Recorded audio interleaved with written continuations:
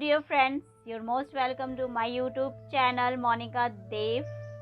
तो कैसे हैं आप लोग?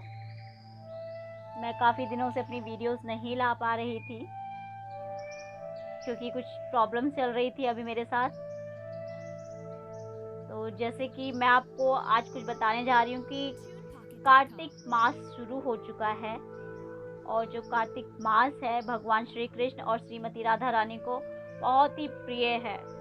भगवान श्री कृष्ण ने इस मास में काफ़ी सारी लीलाएं करी हैं। तो मैं छोटी सी और कुछ इम्पोर्टेंट चीज़ें आपको मैं बताने जा रही हूँ कि कार्तिक मास का जो पालन है वो कैसे करना है और इसमें आपको क्या क्या करना चाहिए कार्तिक मास में और क्या नहीं करना चाहिए। तो मैं आपको आज वो सब बताऊंगी। हिंदू पौराणिक और प्राचीन ग्रंथों में कार्तिक मास का विशेष महत्व बताया गया है।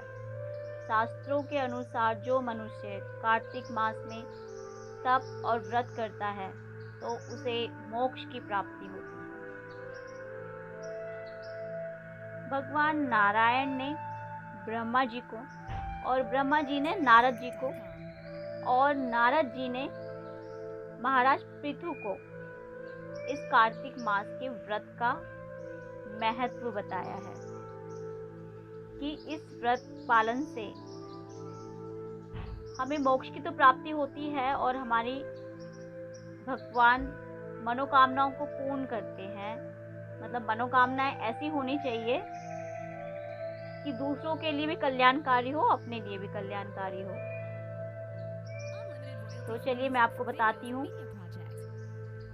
जो हमें नियमों का पालन करना है वो है पहला, दीपदान करना। कार्तिक मास में बहुत महत्वपूर्ण होता है ब्रह्म मुहूर्त में उठ के दीपदान करना।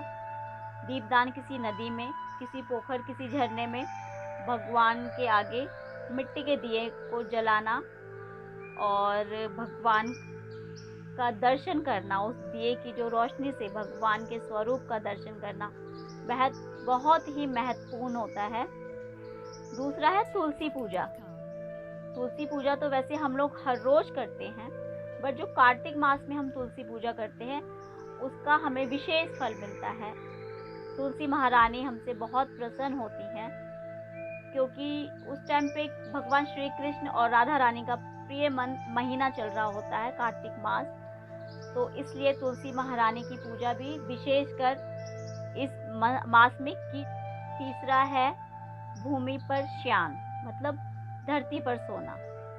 चौथा है तेल नहीं लगाना। पांचवा है दाल। कुछ दालें हैं जिसको नहीं खाना है। उड़द की दाल हो गई, मसूर की दाल हो गई और सरसों हो गया। जो सरसों के दाने हैं उसका इस्तेमाल खाने में नहीं करना है इस मास में। और पांचवा है ब्रह्मचर्य का पालन करना और संयम रखना। ये जो नियम है इसका पालन हमें कार्तिक मास में करना चाहिए। एक तरीके का ये कार्तिक मास का व्रत है, कार्तिक मास में किया गया तप है जिसका फल बहुत ही अच्छा मिलता है। तो हमें ये सारी चीज़ें कार्तिक मास में करनी होती है। सुबह ब्रह्म मुहूर्त में उठना बहुत ज़रूरी होता है और दीपदान करना सुबह उठ के। तो हमें अब ये सब करना होगा क्योंकि अभी कार्तिक मास चल रहा है।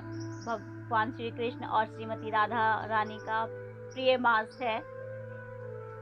इस मास में भगवान श्री कृष्ण ने दामोदर लीला करी, महारास किया और भी कई सारी लीलाएं की जो मैं आपके साथ डिस्कस करूंगी। इस चीज़ों को मैं बताऊंगी भगवान ने कौन कौन सी लीलाएं करी, हम उन लीलाओं पे चर्चा करेंगे।